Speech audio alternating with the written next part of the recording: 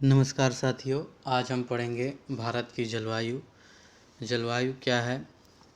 जलवायु पढ़ने से पहले अगर मैं आपको बता दूं, इस चैनल पर फ्री में जीएस का सिलेबस पढ़ाया जा रहा है। अभी आप चैनल पर देख सकते हैं कितना सिलेबस पढ़ लिए हैं। इतिहास और भूगोल, इतिहास प्राचीन इतिहास और मध्यकालीन भारत का इतिहास दोनों ख़त्म हो चुका है। अब बारी है भूगोल की। अब हम भारत का भूगोल पढ़ रहे हैं। जैसे ही भारत का भूगोल ख़त्म होगा उसके बाद हम विश्व का भूगोल पढ़ेंगे। तो आज हम भारत का भूगोल में क्लास 6 है आज इसका भारत का भूगोल, इसका क्लास काफ़ी लंबा जाने वाला है। मेरे ख्याल से अभी क्लास 6 है और क्लास और 6 क्लास लगेंगे, तब जाके भारत का भूगोल पूरा एकदम से ख़त्म हो जाएगा। सिलेबस वही है जो एसएससी एग्ज़ाम में अपना पूछती है, वही सिलेबस पढ़ाया जा रहा है इस चैनल पर। एकदम मुफ्त में जीएस का नोट्स उपलब्ध करवाया जा रहा है। तो चलिए शुरू करते हैं। जलवायु, भारत की जलवायु। आखिर भारत की जलवायु कैसी है? हम कनाडा की और वगैरह वगैरह अन्य भी देशों के बारे में जानेंगे, लेकिन उससे पहले हम अपने भारत की जलवायु को आज हम समझेंगे कि हमारे भारत की जलवायु कैसी है। आखिर जलवायु किसे कहते हैं? जलवायु किसी स्थान अथवा देश में लंबे समय के अंतराल को क्या कहते हैं? लंबे समय के अंतराल को जलवायु कहते हैं। और उस लंबे समय में किस चीज़ के बारे में, तापमान, वर्षा, वायुमंडलीय दबाव, पवन और दिशा एवं वेग का अध्ययन एवं विश्लेषण ही क्या है? जलवायु है। संपूर्ण भारत को जलवायु की दृष्टि से उष्णकटिबंधीय मानसूनी जलवायु वाला देश माना जाता है। हमारा देश उष्णकटिबंधीय मानसूनी जलवायु वाला देश है। भारत में उष्णकटिबंधीय मानसूनी जलवायु पाई जाती है। मानसून शब्द की उत्पत्ति अरबी भाषा के मौसम शब्द से हुई है। मौसम शब्द का अर्थ है पवनों की दिशा का मौसम के अनुसार उलट जाना होता है। भारत में अरब सागर एवं बंगाल की खाड़ी से चलने वाली हवाओं की दिशा में ऋतुवत परिवर्तन हो जाता है। इसी संदर्भ में भारतीय जलवायु को मानसूनी जलवायु कहा जाता है। आगे है, भारत की जलवायु को प्रभावित करने वाले कारक हैं स्थिति एवं अक्षांशीय विस्तार, समुद्र से दूरी, उत्तरी पर्वतीय श्रेणियाँ, भ्रू-आकृति, मानसूनी हवाएं, अर्धवायु संचरण, उष्णकटिबंधीय चक्रवात और पश्चिमी विश्लेषण, दक्षिणी दोलन यानी संदर आलिशान। ये सब क्या है? ये हमारे भारत की जलवायु को प्रभावित करने वाले सब कारक हैं। अभी जिनका मैंने नाम लिया, जिनका नाम लिया उनके बारे में मैं अभी आपको बताऊंगा। आखिर स्थिति एवं अक्षांशीय विस्तार क्या है? भारत उत्तरी गोलार्ध में स्थित है एवं कर्क रेखा भारत के लगभग मध्य से होकर गुजरती है। अतः यहाँ का तापमान उच्च रहता है। यह भारत को उष्णकटिबंधीय जलवायु वाला क्षेत्र बनाता है। भारत के किस राज्य से होकर कर्क रेखा गुजरती है? ये आप कमेंट बॉक्स में इसका जवाब दीजिएगा। इसका एक ट्रिक भी है, आपको आसानी होगा। मित्र पर गमछा झार, इसका मैंने शॉर्ट वीडियो भी अपलोड किया। अगर उस ट्रिक को अगर आपको याद करना है तो शॉर्ट वीडियो में आप देख सकते हैं। आसानी से आप इसे याद कर लेंगे कि हमारे भारत देश पर किस किस राज्यों से होकर हमारे भारत देश के जो राज्य हैं, किस किस राज्य पर कर्क रेखा गुजरती है, किस किस राज्य से होकर कर्क रेखा गुजरती है। आगे है उत्तरी पर्वतीय श्रेणियाँ। यह हिमालय क्षेत्र भारत की जलवायु को प्रभावित करता है। यह मानसून की अवधि में भारतीय क्षेत्र में वर्षा का कारण भी बनता है तथा शीत ऋतु में तिब्बतीय क्षेत्र से आने वाली अत्यंत शीत लहरों में रुकावट पैदा कर भारत को शीतलहर के प्रभावों से बचाने के लिए एक आवरण या दीवार की भूमिका निभाता है। दूसरा है भू आकृति। भारत की भू आकृति संरचना, पहाड़, पठार, मैदान एवं रेगिस्तान भी भारत की जलवायु को प्रभावित करते हैं। अरावली पर्वतमाला का पश्चिमी भाग में पश्चिमी घाट के पूर्वी भाग आदि वर्षा को कम मात्रा प्राप्त करने वाले क्षेत्र हैं। मानसूनी हवाएं भी भारतीय जलवायु को प्रभावित करती हैं। हवाओं में आर्द्रता की मात्रा, हवाओं की दिशा एवं गति आदि ये सब हैं। ऊर्ध्ववायु संचरण यानी जेट स्ट्रीम ऊपरी क्षोभ मंडल में आमतौर पर मध्य अक्षांश में भूमि से 12 किलोमीटर ऊपर पश्चिम से पूर्व तीव्र गति से चलने वाली एक धारा का नाम है। इसकी गति सामान्यतः 150 से 300 किलो प्रति घंटा से होती है। उष्णकटिबंधीय चक्रवात एवं और पश्चिमी विक्षोभ। उष्णकटिबंधीय चक्रवात का निर्माण बंगाल की खाड़ी और अरब सागर में होता है और यह प्रायद्वीपीय भारत के एक बड़े भूभाग को प्रभावित करता है। 8वां है दक्षिणी दोलन, यानी जब कभी भी हिंद महासागर के ऊपरी सतह का दबाव अधिक हो जाता है तब प्रशांत महासागर के ऊपर निम्न दबाव बनता है, और जब प्रशांत महासागर के ऊपर उच्च दबाव की सृष्टि होती है तब हिंद महासागर के ऊपर निम्न दबाव बनता है। उच्च दबाव और निम्न दबाव आगे हम समझेंगे कि आखिर क्या होता है। इस उच्च एवं निम्न वायु दाबीय अंतःस्पंद को दक्षिणी दोलन कहते हैं। ऐसे ही ये 9वां और 10वां इतना महत्वपूर्ण नहीं है, लेकिन इसके बारे में जान लीजिएगा। कोपेन का जलवायु का वर्गीकरण हुआ है। पहला है कोपेन ने भारतीय जलवायु प्रदेशों को 9 भागों में विभाजित किया है। वो 9 भाग कौन कौन से हैं? पहला है लघुकालीन शीत ऋतु सहित मानसूनी जलवायु, जिसे हम शॉर्ट में AMW का प्रकार भी बोलते हैं। दूसरा है उष्णकटिबंधीय समाना जलवायु प्रदेश। तीसरा है शुष्क ग्रीष्म ऋतु। चौथा है अर्ध शुष्क स्टेपी जलवायु। पांचवा है उष्ण मरुस्थलीय जलवायु। ऐसे ही करके 9 हैं टोटल, और इन 9 के बारे में बताया गया है। पहला है लघुकालीन शीत ऋतु। ये क्या होता है? ऐसी जलवायु मुंबई के दक्षिणी में पश्चिमी तटीय क्षेत्रों में पाई जाती हैं। इन क्षेत्रों में दक्षिणी पश्चिमी मानसून से ग्रीष्म ऋतु में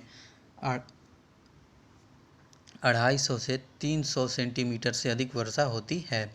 इस जलवायु प्रदेश में आने वाले क्षेत्र हैं। पहला है मालाबार एवं कोंकण तट, गोवा के दक्षिण तथा पश्चिमी घाट, पर्वत की पश्चिमी ढाल, उत्तर पूर्वी भारत, अंडमान निकोबार द्वीप समूह। दूसरा है उष्णकटिबंधीय।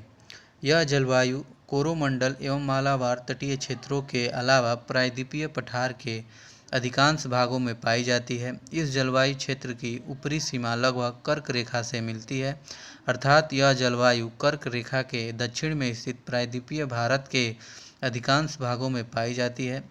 यहाँ सवाना प्रकार की वनस्पति पाई जाती है। इस प्रकार के प्रदेश में ग्रीष्मकाल में दक्षिण पश्चिमी मानसून से लगभग 75 सेंटीमीटर वर्षा होती है। शीतकाल सूखा रहता है। यह वह प्रदेश है जहाँ शीतकाल में वर्षा होती है। शुष्क ग्रीष्म ऋतु। अर्ध शुष्क स्टेपी क्या है? यहाँ वर्षा ग्रीष्मकाल में 30 से 60 सेंटीमीटर होती है। शीतकाल में वर्षा का अभाव रहता है। यहाँ स्टेपी प्रकार की वनस्पति पाई जाती हैं। इसके अंतर्गत मध्यवर्ती राजस्थान, पश्चिमी पंजाब, हरियाणा, गुजरात के सीमावर्ती क्षेत्र एवं पश्चिमी घाट का बृहद छाया प्रदेश शामिल है। पांचवा है उष्ण मरुस्थलीय जलवायु। यहाँ वर्षा काफ़ी कम होती है, 30 सेंटीमीटर से भी कम होती है। उष्ण मरुस्थलीय जलवायु में शुष्क शीत ऋतु। इस प्रकार की जलवायु गंगा के अधिकांश मैदानी इलाकों, पूर्वी राजस्थान, असम और मालवा के पठारी भागों में पाई जाती हैं। यहाँ गर्मी में तापमान 40 डिग्री तक बढ़ जाता है, जो शीतकाल में 27 डिग्री तक रहता है, और वर्षा मुख्यतः ग्रीष्म ऋतु में होती है। शीतकाल शुष्क है। 7वां है लघु ग्रीष्मकाल युक्त शीत आर्द्र जलवायु। इसे भी आप देख लीजिए, 9 के बारे में बता दिया गया है। ध्रुवी तुल्य जलवायु। ये 6 ई प्रकार, इसको क्या बोलते हैं? ई प्रकार। इसका शॉर्ट फॉर्म है जो इंग्लिश में लिखा गया है ना, ई प्रकार, ईटी प्रकार, डीएफसी प्रकार, ये सब इसका इंग्लिश में है। ऐसे भी आप इसे याद कर सकते हैं। अब आइए भारतीय मानसून की उत्पत्ति के कुछ सिद्धांत हैं, उसके बारे में जान लेते हैं। मानसून की उत्पत्ति से संबंधित 4 प्रमुख सिद्धांत दिए गए हैं। पहला है तापीय सिद्धांत, दूसरा है विषुवतीय पछुआ पवन सिद्धांत, तीसरा है जेट स्ट्रीम सिद्धांत, चौथा है अल नीनो सिद्धांत। मानसून की उत्पत्ति का तापीय सिद्धांत क्या है? इस सिद्धांत के अनुसार मानसून पवनों की उत्पत्ति का मुख्य कारण तापीय है। ग्रीष्म ऋतु में सूर्य की किरणें उत्तरी गोलार्ध में लंबवत पड़ती हैं। इससे यहाँ एक वृहद निम्न दाब एलपी का निर्माण होता है। इस निम्न दाब के कारण उत्तर पूर्वी व्यापारिक पवनें अनुपस्थित हो जाती हैं, जो कि 5 डिग्री से 30 डिग्री तक उत्तरी एवं दक्षिणी अक्षांशों के बीच साल भर चलती है। समझ गए? अब ये देखिए, ये जो निम्न दाब होते हैं, लोअर पावर, इनको चित्र के माध्यम से कौन सी हवाएं किस किस दिशा से गुजरती हैं, कौन कौन वो सब बताया गया है। पहले दक्षिण पश्चिम मानसून की स्थिति है, जो कि इधर से देखिए नीचे से दिया गया है, और ये अरब सागर की शाखा है, और यह विषुवत रेखा से 0 डिग्री अक्षांश पर पूर्वी दक्षिण पूर्वी व्यापारिक पवनें हैं, जो कि उच्च दाब से निम्न दाब तक की ओर जाती हैं। ये चित्र के माध्यम से बताया गया है 30 डिग्री और 35 डिग्री अक्षांश पर। इनको जो ये चित्र बना है, मैंने इनको लिख दिया है कि जिसको चित्र के माध्यम से समझ में नहीं आएगा वह इसे पढ़कर भी चित्र को समझ सकता है। व्यापारिक पवनें क्या होती है? व्यापारिक पवनें 5 डिग्री से 30 डिग्री उत्तरी एवं दक्षिणी अक्षांशों के बीच चलने वाली पवनें हैं, जो 35 डिग्री उत्तरी एवं दक्षिणी अक्षांश यानी उच्च दाब से 0 डिग्री अक्षांश निम्न दाब के बीच चलती हैं। ये देखिए चित्र के माध्यम से उत्तर पूर्वी व्यापारिक पवनें हैं, और ये नीचे की तरफ 0 डिग्री अक्षांश पर दक्षिण पूर्व व्यापारिक पवनें भी उठ रही हैं 0 डिग्री अक्षांश पर, और उच्च दाब उठ रहा है और 30 और 35 डिग्री के बीच में। शीत ऋतु में सूर्य की किरणें मकर रेखा पर सीधी पड़ती हैं। इससे भारत के उत्तर पश्चिमी भाग में अरब सागर एवं बंगाल की खाड़ी में, अगर इसकी तुलना करेंगे बंगाल की खाड़ी में, तो इसके अधिक ठंड होने के कारण उच्च दबाव क्षेत्र का निर्माण उत्तर पश्चिम भारत में एवं अरब सागर तथा बंगाल की खाड़ी में निम्न दाब निर्माण होता है। कारण है इसका ठंडी कम होने के कारण, इसका यही कारण है कि निम्न दाब कम पड़ता है। इस कारण मानसूनी पवनें विपरीत दिशा में एचपी से एलपी की तरफ, एचपी यानी हाई पावर और एलपी यानी लो पावर, उच्च दाब और निम्न दाब की तरफ बहने लगती है। जाड़े की ऋतु में उत्तर पूर्वी व्यापारिक पवनें पुनः चलने लगती हैं, और यह उत्तर पूर्वी मानसून लेकर आता है। यह तथा बंगाल की खाड़ी से जल वाष्प ग्रहण कर तमिलनाडु के तट पर वर्षा करती है।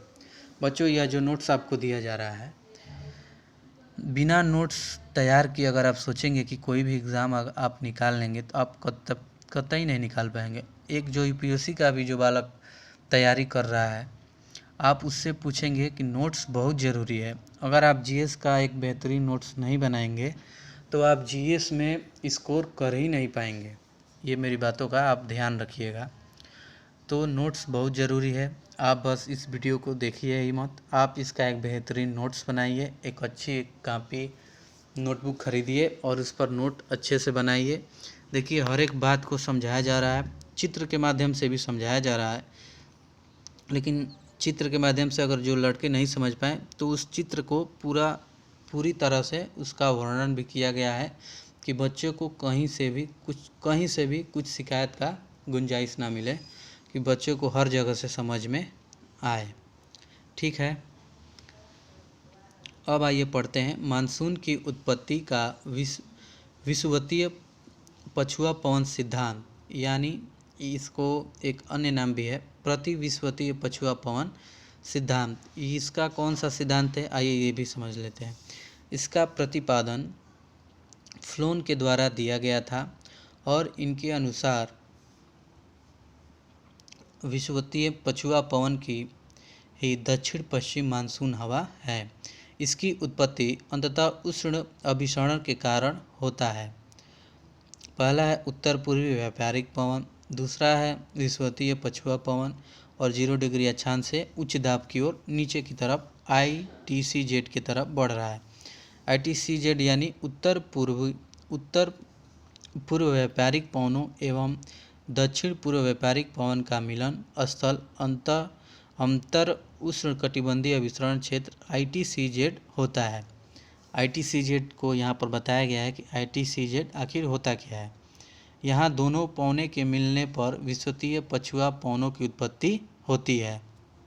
कहीं भी ITCZ देखिए वहाँ समझ जाइए उत्तर पूर्वी व्यापारिक पवने एवं दक्षिण पूर्वी व्यापारिक पवनों का मिलन हो रहा है, यानी दो पवनों का मिलन हो रहा है। कौन कौन से? उत्तर पूर्वी और दक्षिण पूर्वी। देखिए यहाँ से 0 डिग्री अक्षांश पर उत्तर पूर्वी और दक्षिण पूर्वी दोनों हवाओं का मिलन हो रहा है, तो यहाँ पर उच्च दाब उत्पन्न हो रहा है, उसी को दिखाया गया है।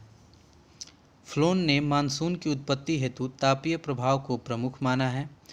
ग्रीष्मकाल में तापीय विषुवत रेखा के उत्तरी खिंचाव के कारण अंतः उष्ण अभिसरण ITCZ विषुवत रेखा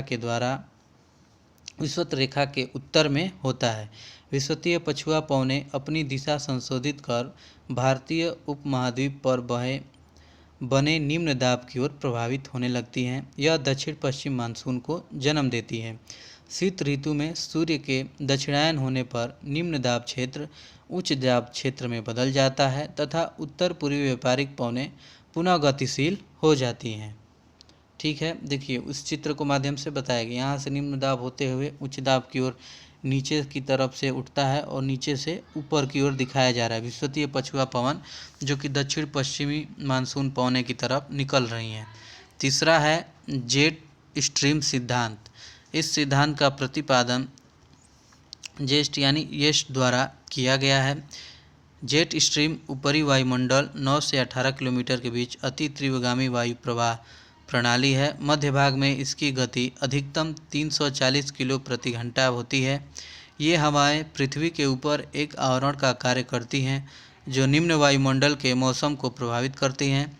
भारत में आने वाले दक्षिण पश्चिम मानसून का संबंध उष्ण पूर्वी जेट स्ट्रीम से है। यह 8 डिग्री नॉर्थ से 35 डिग्री नॉर्थ अक्षांश के मध्य चलती है।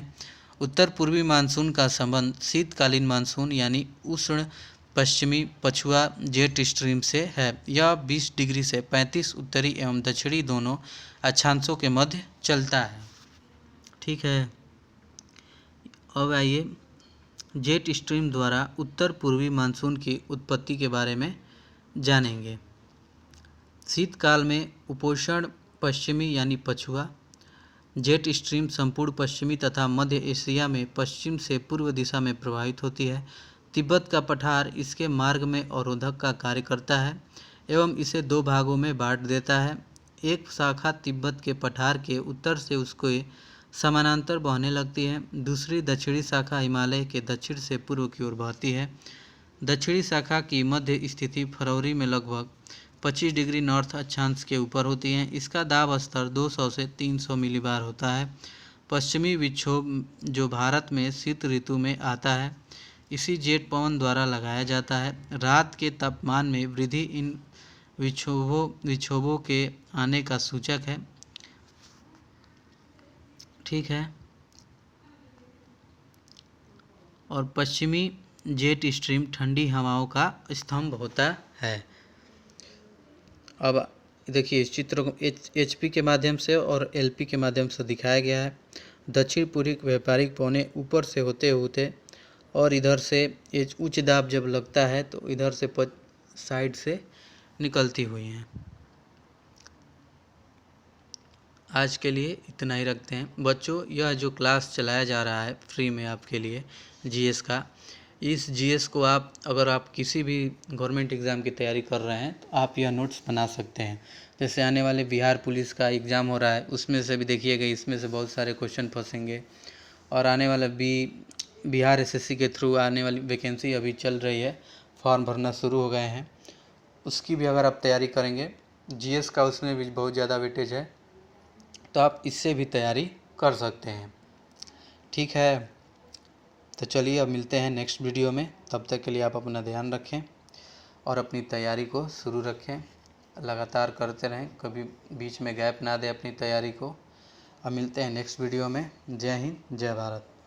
जाने से पहले अगर यह सेशन आपको अच्छा लगा हो तो प्लीज़ इस सेशन को लाइक और मेरे चैनल को सब्सक्राइब कीजिए और अपने मित्र के साथ शेयर कीजिए। जय हिंद, जय भारत।